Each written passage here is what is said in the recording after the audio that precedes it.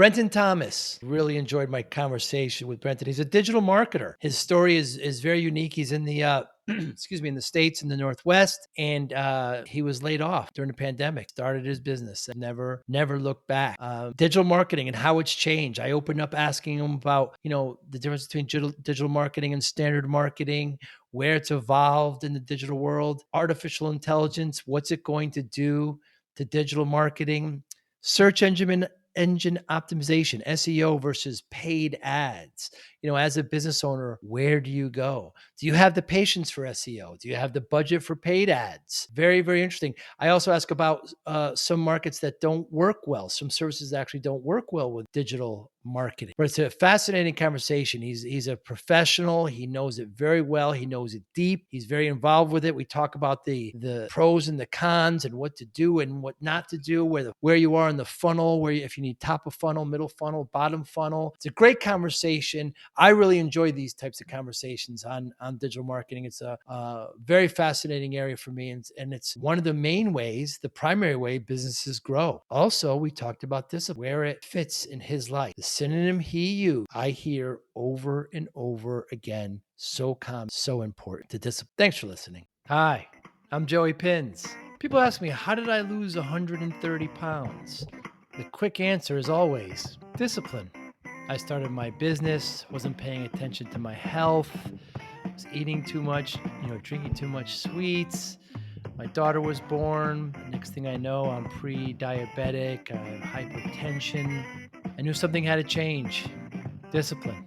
I, like many of you, have faced many challenges in your career, in your family, in your life, in your faith. How did you attack them? How did you approach them? How did you solve them, hopefully?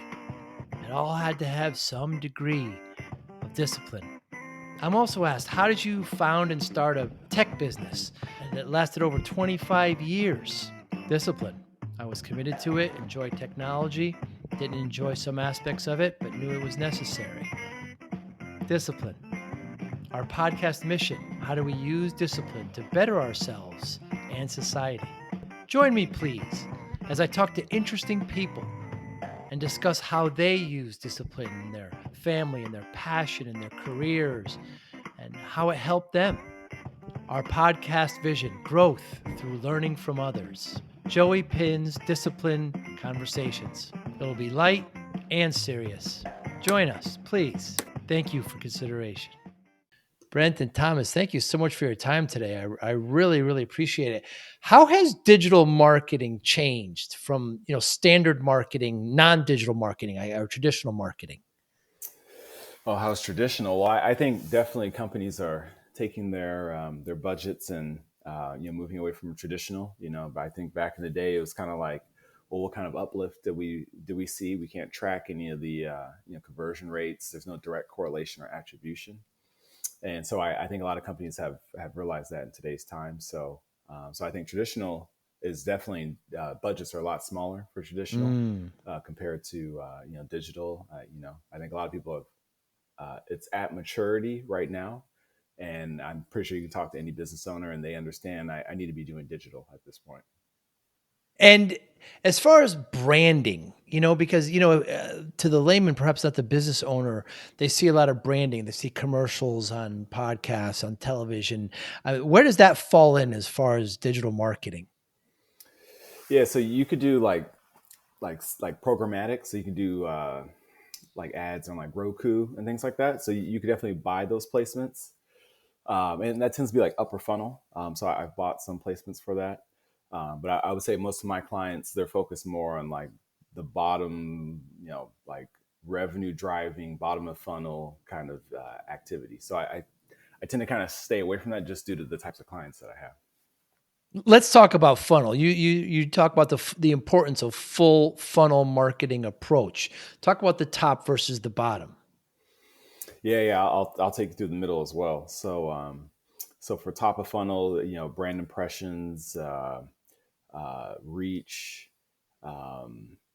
things like that. So just at a very high level, just trying to drive that awareness, so that they're just aware that your business just exists in the world.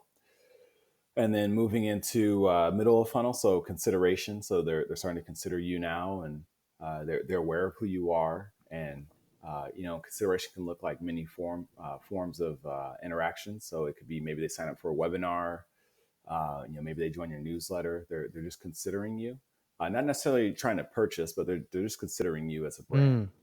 And then bottom of funnel is all about the purchase activity. So definitely, they're getting close to maybe adding some stuff to checkout, or they requested a demo. You're getting close to that conversion. So for the startups, they're interested. I mean, they've got to generate revenue. They've got to, get clients, get customers on, whether it's business to business or business to consumer. So they're generally more interested at the bottom, whereas perhaps the Pepsis and the, I don't know, the Microsofts, the large companies are, they want to do the whole. They want to exercise really the whole funnel. And is there um is there a wrong approach? Let's just talk about the small business. I deal with a lot of small businesses, and they're really concerned about that bottom, the conversion, like you said, going through that journey and actually purchasing. SEO, right? Search engine optimization versus ads. SEO takes a lot of patience, Brenton. I mean, talk to me about the difference between those two. Oh yeah, yeah. You're telling me, man, so Yeah. much patience. Yeah, it's a slow process with SEO, especially if you have like a new website, or your domain authority of your website is kind of lower.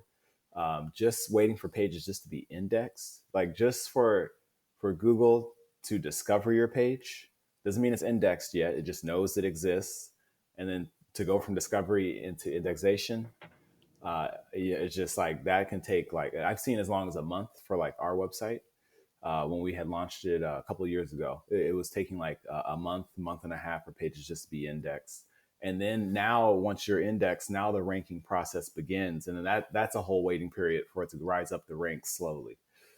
So it's a very slow process, but if you have the patience for it, I mean, it can be your best friend. And it's really hard to lose what you've gained.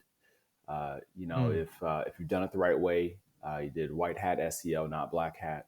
mm. You'll kind of hold on to what you gain over the long period, as long as you don't have any technical errors that arise.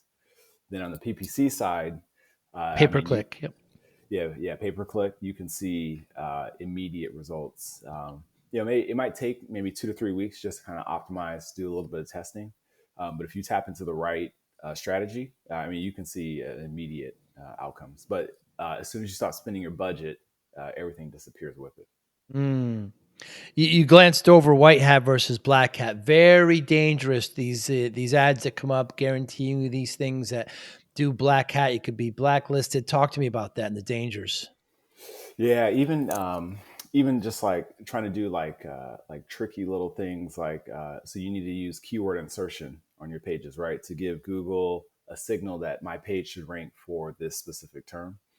And so doing little tricks like white text, like taking the target keyword and you add it to the bottom of your page on white text with a white Mm, background, so you can't mm. see it. It's there, right? The keyword's there, and it's there like 50 times. But Google's way too smart for that now. Maybe you could have done that like, I don't know, 10 years ago and get away with it, but you can't do it anymore. Real smart. And how about getting multiple domains? Does that help? Pointing, like redirecting to one? I try to consolidate all the link juice into a single domain. I know people will take like a blog domain. You have all your blog content in a separate domain, and then you have your main pages on a different website, which is okay. But I just like to just have all the all of the SEO backlink power just in one single domain and not dispersed. Link juice. Hmm. Talk to me about link juice. Yeah, that's it's a weird term, isn't it? It Yes. sounds weird.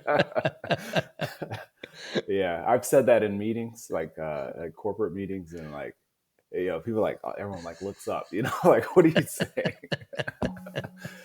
Yeah, but that's essentially the.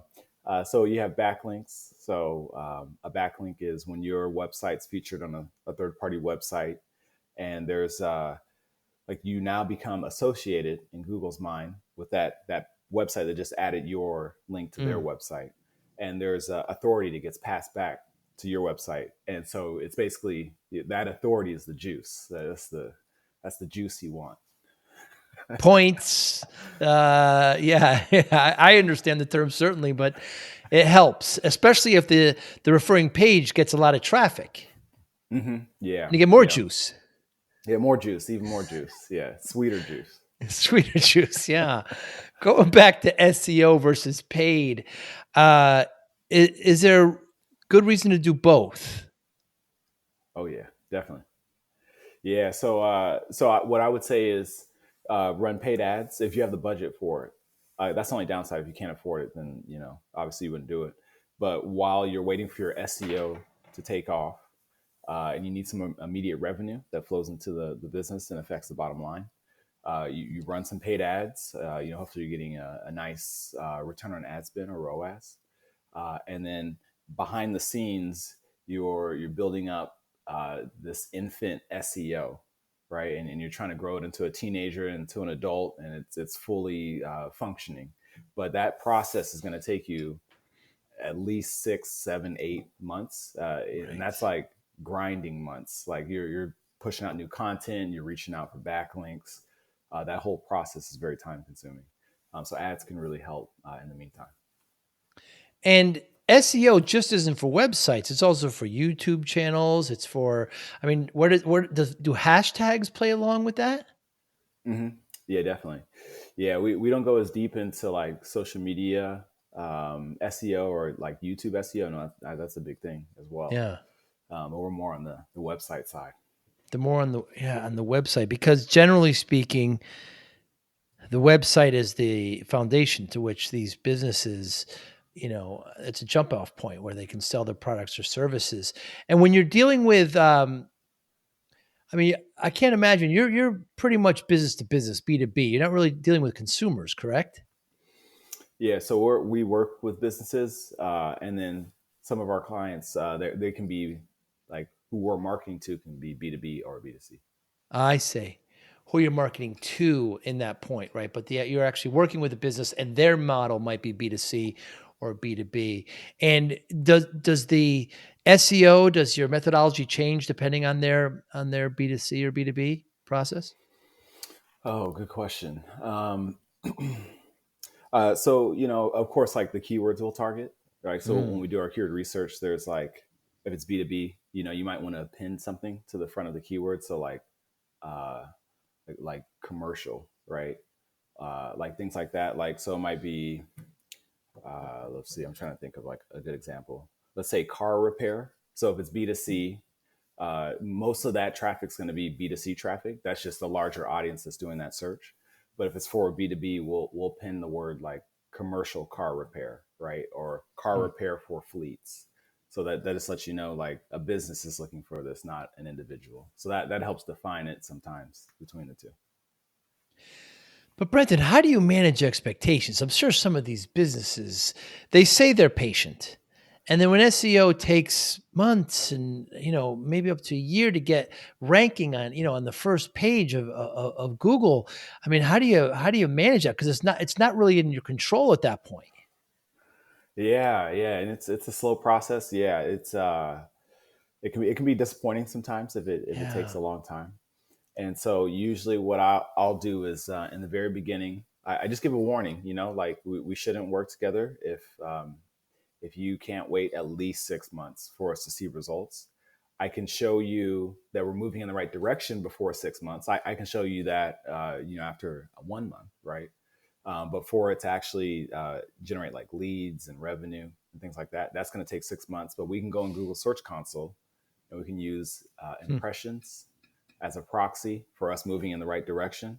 Then you'll start to see your clicks start to align with those impressions. Then you'll start to see your website traffic, and then we'll start to see leads and revenue. So I try to position in that way. Just I can show you we're moving in the right direction. It's just going to take some time. Mm. And that Google Search Console has really been a game changer. I mean, they've really changed everything with that, right? The way they're doing it. And Google owns everything in this market, right? Bing and the others, Google's the majority, correct? Oh yeah, yeah. I only optimize for Google. I don't even try to Right. go for Bing. I'm just like if it Right. works for Google, I'm sure it's fine for Bing. Yeah. Well, you could see that because Microsoft actually used Google engine for their browser, right? For Edge, they're actually using the Google engine. So yeah, you would think that they would just kind of take over their. Is it fair that it's only one company that controls all that? You think? What are your feelings on that? No, I don't think that's fair. That feels like a monopoly, you know. It's like, and it's crazy because it's like uh, one company is controlling access to information, and you can Right. create any narrative you want. It's kind of like the news channels that we have in the states here. It's kind of like I think it's like five people basically own like 95% of the news. It's like same Right. kind of thing. It's like you control the narrative when you do that. It is amazing. It is amazing, and I mean, other than what AI is going to do, and I'm not still unsure. We're not really sure what's going to happen there. I just see Google having a strong still hold on that for the future. I mean, never say never, but they just have such a hold on it. Yeah, and then like so Bard. Okay, so I don't know. Have you tried Bard yet? I haven't tried Bard, just ChatGPT. I haven't tried Bard. Okay, so they sent me the beta, and I was like, okay, let me check this out, and it wasn't as good as ChatGPT. Really? But then I was thinking about it, and it's like, well, Bard's going to have access to your Gmail account. It's going to have access to your ads account. Oh, It's going to jeez. have access to your search history. Bard's going to be smarter than ChatGPT. You just got to give it time.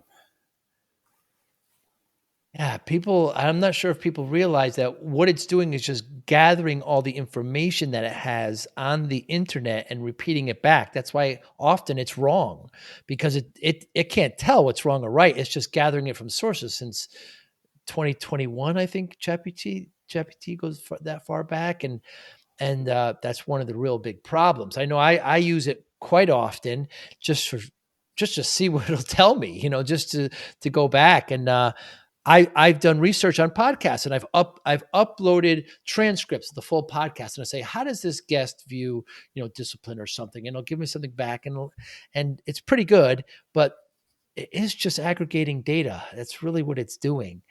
It's interesting your story, Brenton. If I had this correct, you were laid off for a couple of months, for like 3 months, and you decided to start your business. I did, yeah, yeah. And then it was like disappointing in the moment when I was laid off. And I know a lot of people were laid off during the pandemic. It's always tough to be laid off. But I think that was like the single greatest moment of my entire Wow. career.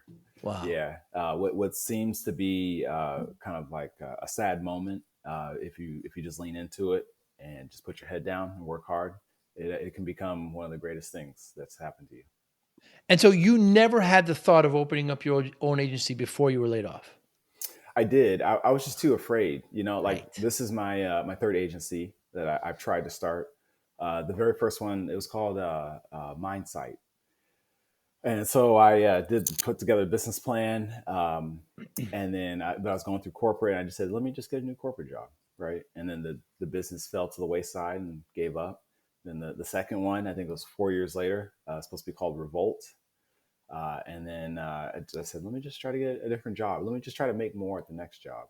And I got the next job, and then you're busy at the next position, and that fell to the wayside. And then this Mm. third one, I got laid off, and I was like, let's go all in on this. Let's Hmm. not. Yeah, it was perfect timing. Hmm. And how long has it been now? It's been about 2 years. Wow. Wow. Well, you made it over the big mark, right? Isn't it 90% fail within the first year or 6 months or something like that? I'm not sure and what are your largest challenges? I mean, it's an odd dynamic because you're an agency, so you're doing your own marketing for yourself as well as your clients. So does that ever do you ever kind of fall back on that because you're working on others? The cobblers. What do they say? The cobblers' kids don't have good shoes, or whatever that saying is. I mean, how is that working internally and then working on your clients as well? Yeah, so for our clients, obviously we're doing a lot of PPC, we're doing SEO, all the above, and then for ourselves, um, so basically I'm looking at it as like two potential routes to develop like real scale in terms of like leads, and then hopefully those leads become clients. And those two routes would be PPC, pay per click, and SEO. And so then out of those two, I'm kind of weighing the two, and we have good cash flow right now. So I don't need Good for you. immediate clients right now. So then SEO looks the best, right? Like Mm. once you build up SEO, it retains, it stays with you for the most part. Algorithm updates might mess you up a little bit, but it Mm. shouldn't destroy you. So me and my team we're just writing lots of content, like something like 2 to 3 blog posts per week. Wow. We're pushing them out as quickly as we can. And that'll do it, right? You're getting your kind of site fat and full of great, content. And it can't be like you say, you can't repeat words and do white words and things like that. It's real content. And because now Google, didn't Google just release something recently that really messed something up? Somebody told me this. I don't know if I got it wrong. Is that true? I see in SimRush Ah. that got adjusted, but I don't quite see it in Search Console though. SEMrush is a great tool. You want to explain what that is? Yeah, it's like a SEO tool that allows you to do keyword research, check the quality of domains. You can look at your backlink structure, just like a well-rounded SEO tool. Yeah, it's certainly, I would think the best. Everybody in the industry knows it. I know it a bit, of course. I'm in the tech field. Uh, so for those new businesses, um, that don't have a lot of budget, that want to get bottom funnel, they're going to come to you, and what are you going to talk to them about? Yeah, so I would just say like, what's your time frame, for Mm, you to reach the bottom of the funnel. And if you say I got to get there within anything less than 3 months, it's like, okay, well, let's do some paid ads. And then if we're discussing paid ads, now it's, are you B2B or B2C? mm. And if you're B2C, Facebook ads, we've seen some great results there. If you're B2B, we'll go into Google.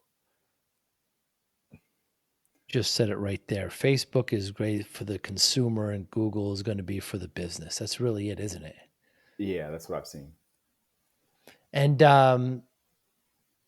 do you see Meta or Facebook or whatever they are called? I guess Google's Alphabet, isn't it? But anyway, will has Google lost all the consumer or a lot of the consumer to Meta? Um, No, I don't think so. I think just on like my personal experience, that's what I've seen. But I've definitely like worked for other agencies, and they got huge budgets for like B2C, for Google specifically.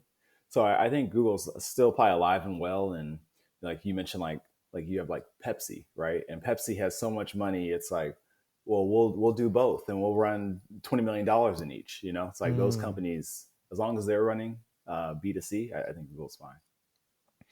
Are there some services or goods that don't just work well in the digital marketing model? Oh, that's a good question. Hmm. I think sometimes SaaS products can be a little difficult, Ah, um, software as a especially service. yeah, software as a service. Yeah, um, I think sometimes you need to explain like what is this thing, right? Like you have like the homepage, but you might need some like content to like really bring home the point, like the proposition value of the software, what it does, Mm. and I've worked with clients where if we don't have like a content resource, and we're just trying to go straight for like request a demo, then it just doesn't convert very well, and the lead quality is kind of bad. Interesting. Now, how about something that's ultra local? A pizza shop, or just one jewelry store or something like that. Because they don't really sell to anybody. The jewelry store, I guess they could ship to, but a pizza place that's extremely local. It's only somebody in that geography. Is that harder, easier to market that for them? Yeah, so we're working with a couple wineries in Napa Valley, and Ah. so they're super local. You have to go there for the experience, and so we added conversion tracking to not the actual. You can book a reservation, right, to show up for a wine tasting, Hmm. and so we didn't set conversion tracking on the actual wine tasting itself, like the confirmation page, which that would be best practice, right? Because we couldn't get into the third party domain that sets up the conversion track, or Ah. uh, we couldn't get into the third party website that's the reservation system. Huh.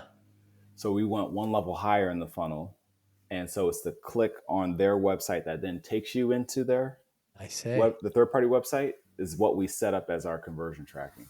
And so we're seeing amazing results from that, getting people to show up physically to that local location at a really high rate.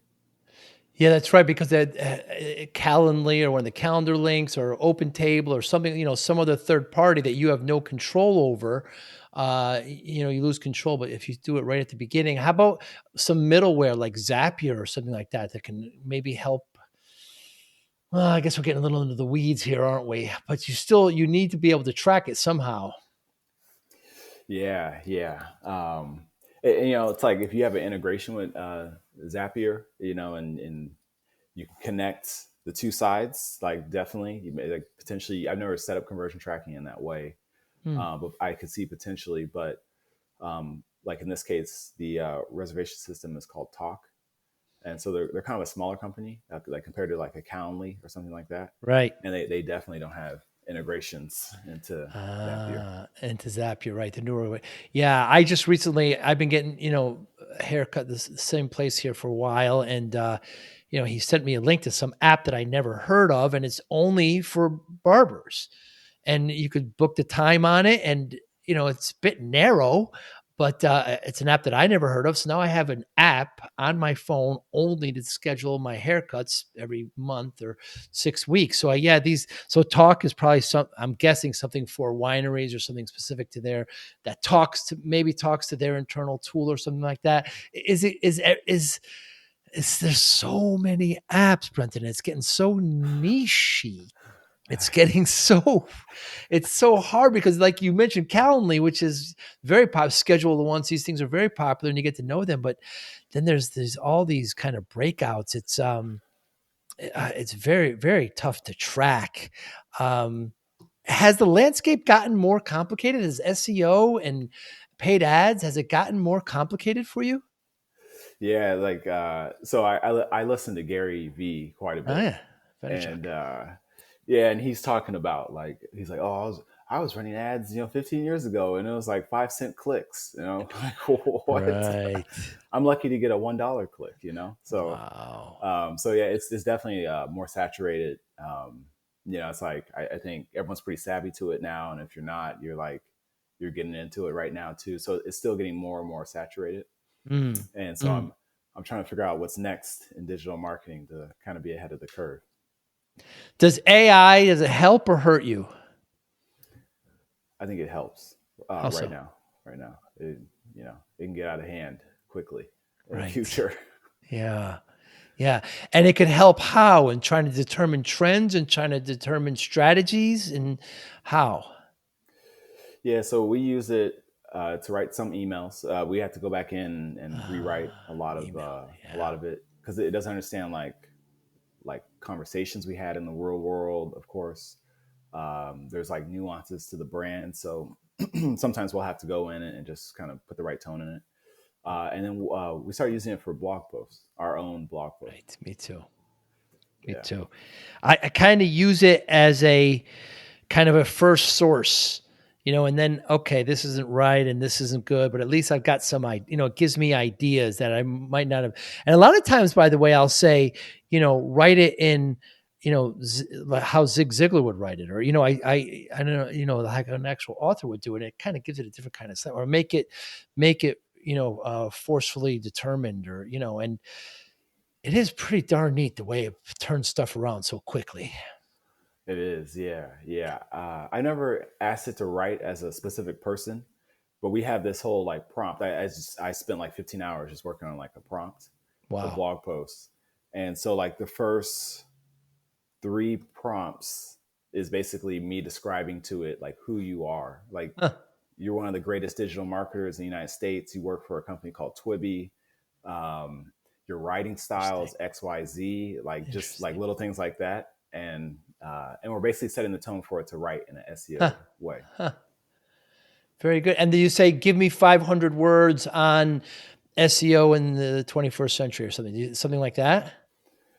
So what I'll usually do is we start with an outline first. So Uh, I say, give me an outline, and then I'll revise the outline.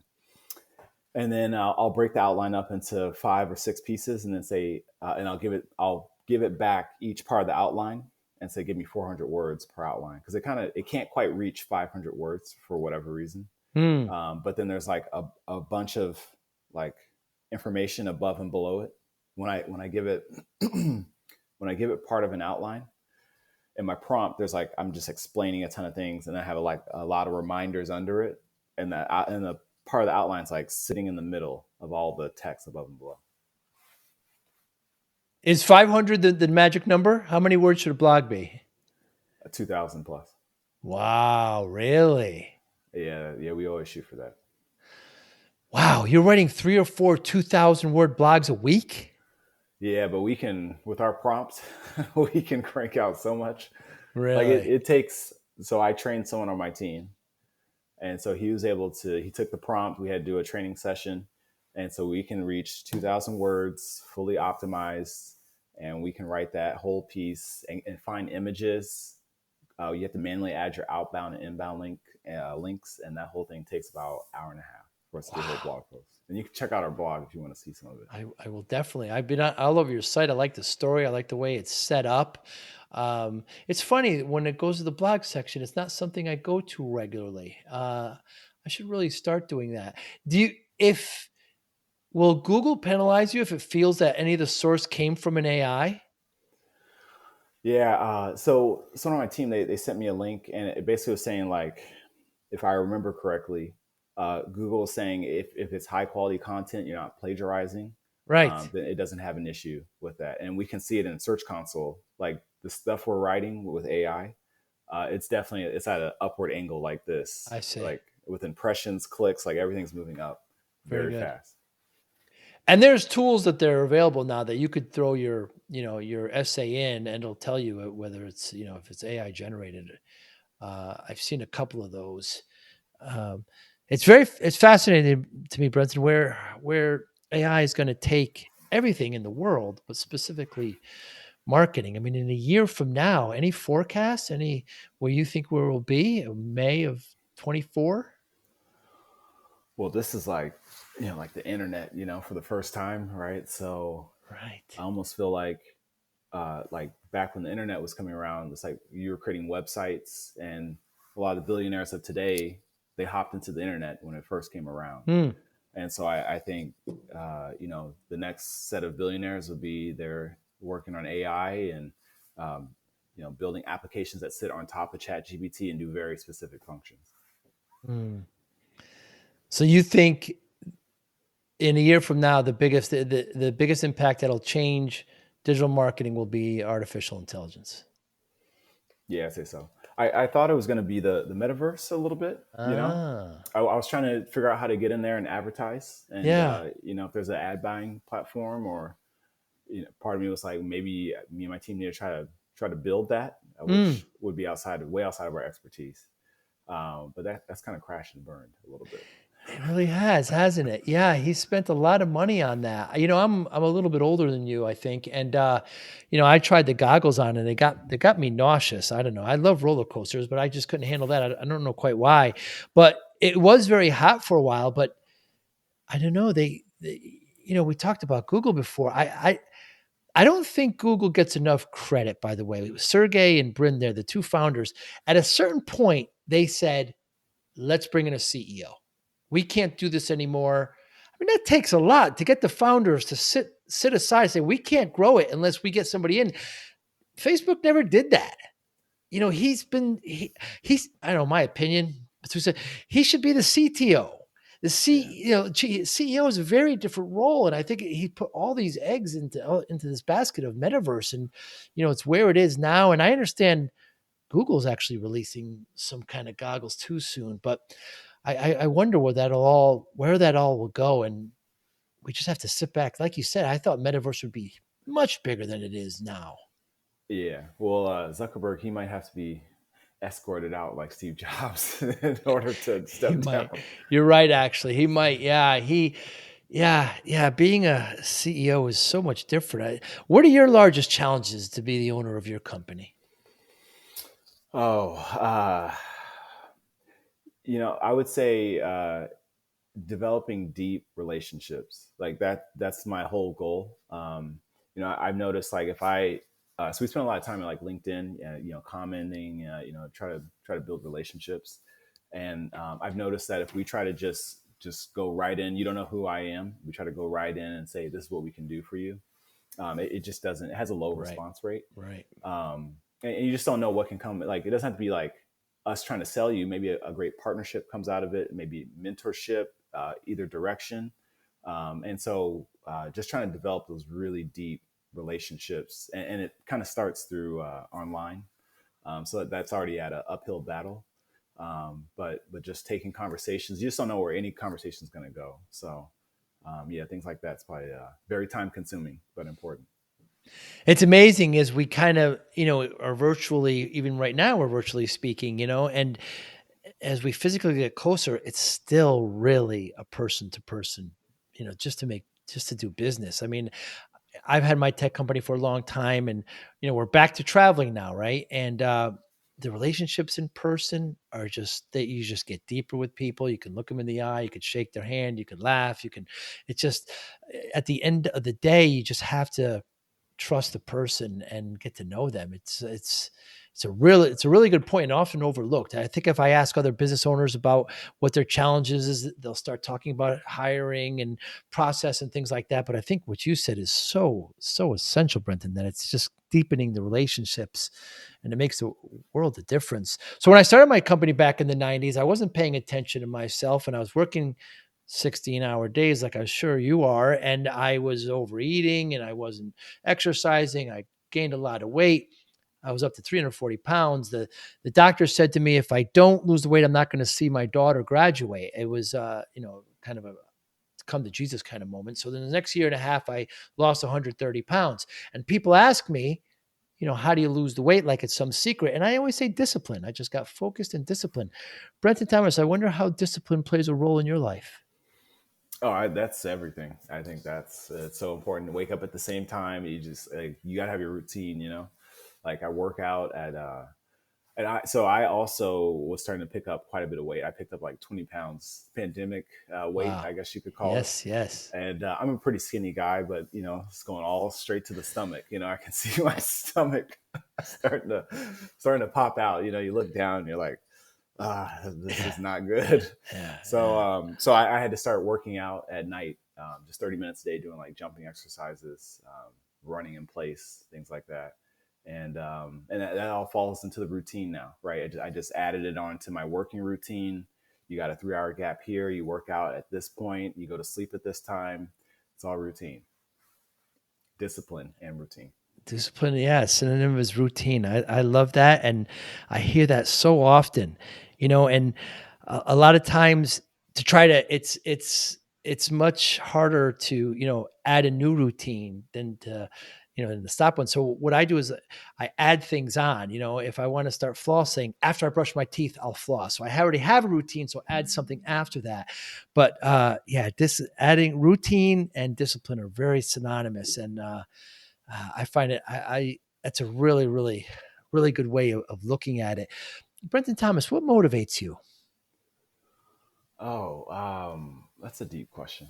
Um, so I have like a I don't know, it's maybe a fear. I guess we can call it a fear, but I fear that I would look back at some point in my life and say, well, you could have done more during that Mm, point, like whatever it is, like a relationship, if it's work, whatever, anything of meaning. And so I just want to make sure in the moment, it's like, well, I'm going to work my hardest to maintain the relationships I care about. I'm going to work my hardest to build this business, all the important things in hmm. life. So that when I'm 80 and I look back and I go, yeah, there's nothing more you could have done. Like, you did it all. So you tried your best, and that's all you can hope for. And that motivates me. Hmm. So you have a fear of kind of regret. Yeah, but like, yeah, I guess Hmm. regret of not trying your best. Mm. Yeah, I guess you Very could say that. interesting. How do you measure success? In life or work. Go both. You tell me. Yeah. So in life, I would say success is the number of deep relationships. So it doesn't have to like a large number of friends. I used to have a lot of friends, and when I was younger in my 20s, and they're shallow, and like you're down and out, and no one's around to really help you or pull you up. But then I realized like those deep relationships, they're the ones who help pull you up. So I measure success in life through the number of deep relationships, and then also like eating healthy. So back to our kind of conversation about like losing weight. So one thing I noticed was like fried foods, and I loved ice cream at night. Mm. And I was just like, we got to cut all that out, And so definitely got rid of all that and started making smoothies here at the house, just fresh fruit. So I think obviously your health is like another form of success in life. Yeah, once you lose your health, there's not much you could do. Yeah, I was A lot of reading. Sorry. a lot of things don't matter once you Oh lose your health. yeah, they just don't matter. Yeah, and I was reading in your bio that you like playing basketball, going to concerts and plays, spending times with friends and family. Um, it Yeah, it's going to be hard to do those things if you're not healthy. That's for sure. Oh yeah, and Yeah, and international travel, international eh, travel. You can't. It's do you tough like to to walk travel? 20 miles. Yeah, definitely. Yeah. Yeah, yeah. Travel is everything to me. And um, yeah, it. How do you struggle at all with life and work balance? Uh, so it depends on who you ask. If you ask my wife, she'll say, "Yeah, you definitely do." It's like- but I just really enjoy I'm just having a lot of Right, fun, me too. while I'm working and trying to push myself to the next level. So I would say it's a good balance. It's that balance that makes me happy. Mm. So yeah, just it kind of depends on who you ask. Well, Brendan Thomas, I really, really appreciate your time today. I was excited when you accepted this. I love what you're doing. How can we get in touch with you? Yeah, you guys can check out my website, so twibbyAgency.com. And then if anyone ever wants to talk just about digital marketing strategy in general, I can give you a link to a Calendly to set up a time with me for a quick meeting. Very good. And it's Twiby, Twibi. What's the root of that word, by the way? Twiby. Yeah, so Twibby is so my name is Brenton Warren Thomas, so BWT, and then just put some I's in there and just kind of rearrange it. You got I Twibby. see. I see. TwiByAgency.com, certainly. And you're also, of course, on LinkedIn at Brenton Thomas. And thank you so much for your time. I really, really appreciate it. I enjoy talking about this. I think so many businesses, especially businesses, small businesses that I work with, just benefit so much from digital marketing, and they kind of try to do it themselves, and they hear some tips about SEO, and then it takes a long time, and just like everything else, hire a professional.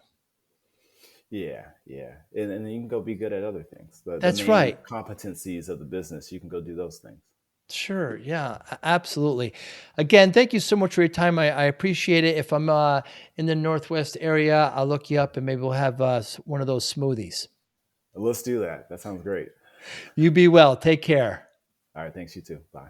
Thank you for listening and or viewing Joey Pin's Discipline Conversations. Please share this episode with one or two of your friends who you think may benefit from the episode. Our website, www.joeypins.com. There you'll find lots of resources and you could join our mailing list. Please follow us on all our social media, Instagram, Twitter, and Facebook.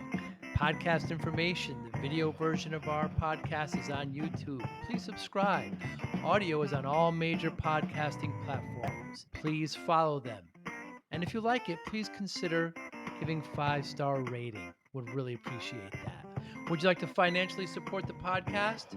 You can go to our Patreon site. Consider $5, $10, or $20 a month. There's all kind of plans that we have there. There's like a one-time payment. What is this podcast episode worth to you? $25, $50, $100, $500, $1,000, $5,000. You be the judge. You can go to our PayPal account to do that as well. Thank you again for listening or watching Joey Pin's Discipline Conversations.